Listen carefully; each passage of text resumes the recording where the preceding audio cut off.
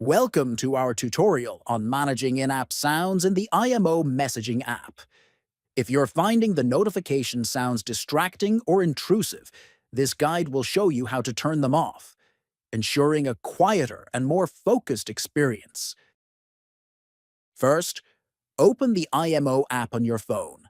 Next, tap on the profile icon located at the top left. Then select the Settings option from the menu. After that, look for the Notifications section and tap on it. Finally, scroll down until you find the In-App Sound option. Toggle it off to disable in-app sounds during your usage. By following these steps, you've successfully turned off in-app sounds in the IMO app, providing a more serene messaging experience. If you found this tutorial helpful, please subscribe to our channel, like this video, and share it with others who might benefit. Thank you for watching.